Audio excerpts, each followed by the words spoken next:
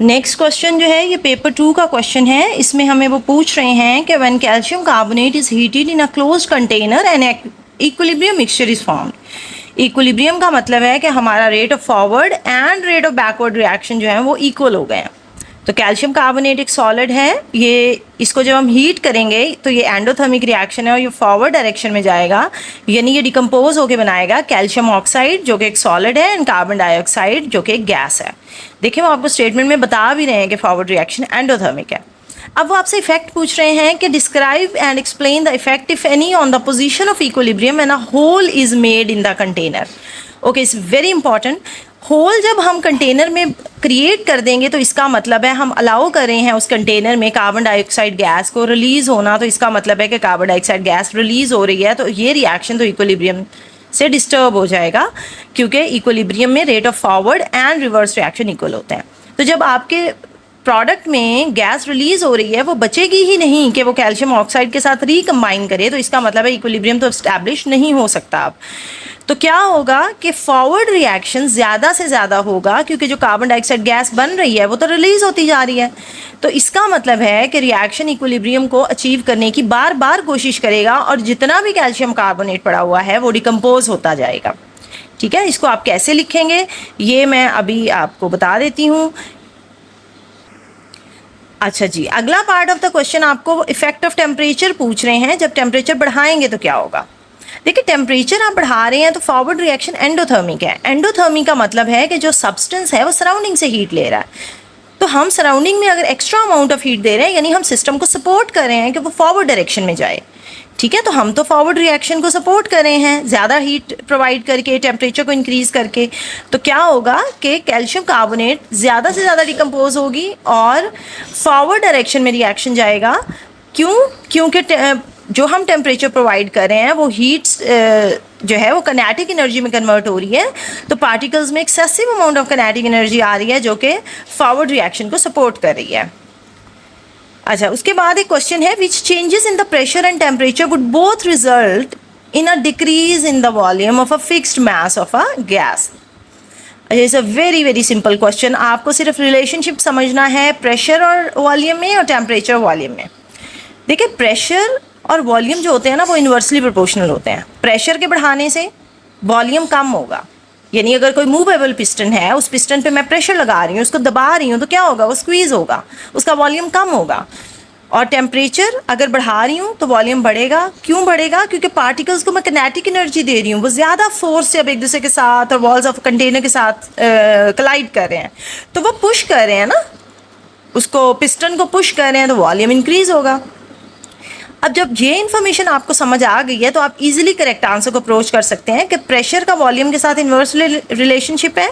So decrease in the pressure and decrease which change in pressure and temperature both result in decrease in the volume.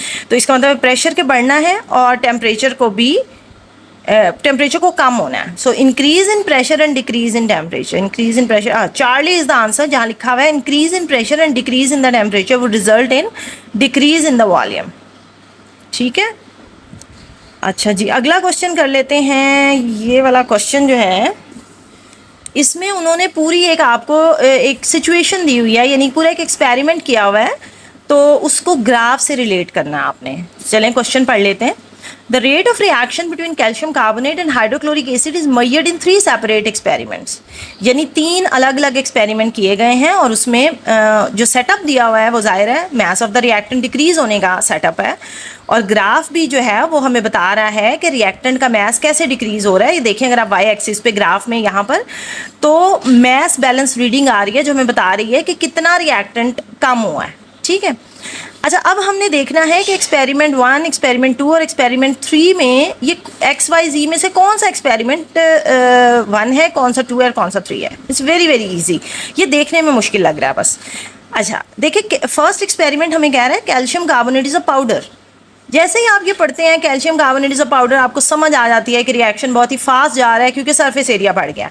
Surface area बढ़ गया तो आप फ़ौरन से जाएंगे उस ग्राफ की तरफ जिसका जो कम टाइम में कंप्लीट हो रहा है। देखें ये जी जो है ये कम टाइम में कंप्लीट हो रहा है ना, ये ज़्यादा स्लोपी ग्रेडियंट है इसका।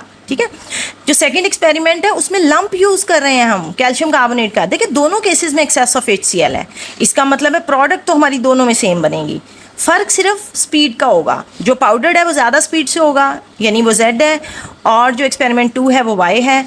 अब एक्सपेरिमेंट जो 3 है वो X कैसे है, देखिए वो एक्सपेरिमेंट 3 में हमें कह रहे हैं कि हमने यूज़ तो लंप ही किया है, लेकिन हमने उसको इनसफिशिएंट हाइड्रोक्लोरिक एसिड दिया है, यानी उसके पास इतना हाइड्रोक्लोरिक एसिड है ही नहीं कि वो सारा कन्वर्ट हो जाए प्रोडक्ट में। इसका मतलब मेरी प्रोडक्ट कम बनेगी और मेरे जो मैस है वो कम डिक्रीज़ होगा। तो देखा, मैंने कहा था ये बहुत आसान सवाल है, बस वो आपको कंफ्यूज करने के लिए मुश्किल सी सिचुएशन दे देते हैं। अब यहाँ पर भी स्टेटमेंट इज़ करेक्ट, हमने पहले ही एवेल्यूएट कर लिया है। जो Z है वो 1 है, ठीक है, जो Y है वो 2 है, Y 2 है, ये 3, यानी Charlie is are correct answer यहाँ पर।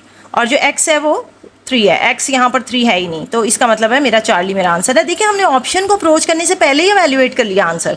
तो जब आप करेक्टली क्वेश्चन को रीड करते हो और उसको रिलेट करते हो टू डिफरेंट इन्फॉर्मेशंस, तो आप ऑप्शन पढ़ने से पहले जब आप एक आंसर एवेल्यूएट कर लेते हो तो आपको बड़ी आसानी हो जाती है, फिर आप कंफ्यूज नहीं होते, ठीक है। उसके बाद आ जाता है हमारा अगला क्वेश्चन जो हमें कह रहा है कि which row shows the correct state symbols of the reaction between calcium carbonate and dilute hydrochloric acid.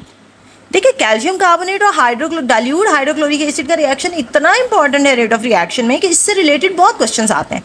तो आप इस क्वेश्चन की इक्वेशन को भी याद कर लो और इसके स्टेट्स को भी याद कर लो, क्योंकि आपको पता है ये सवाल बड़ा इंपॉर्टेंट है, रेट ऑफ रिएक्शन में वो पूछते हैं ये आपसे। अच्छा, कैल्शियम कार्बोनेट सॉलिड है, HCl क्योंकि डाइल्यूट बता रहे हैं तो हमारा एक्वस है। कैल्शियम क्लोराइड एक्वस है, क्यों? क्योंकि कैल्शियम का जो सॉल्ट्स होते हैं ना, क्लोराइड, कैल्शियम क्लोराइड, ये सॉल्युबल सॉल्ट है। ये जब हम सॉल्ट्स वाला चैप्टर पढ़ते हैं तो वहाँ हम एक सॉल्युबिलिटी टेबल याद करते हैं, वहाँ से हमें याद हो जाता है कि कैल्शियम क्लोराइड का जो सॉल्ट है वो सॉल्युबल है।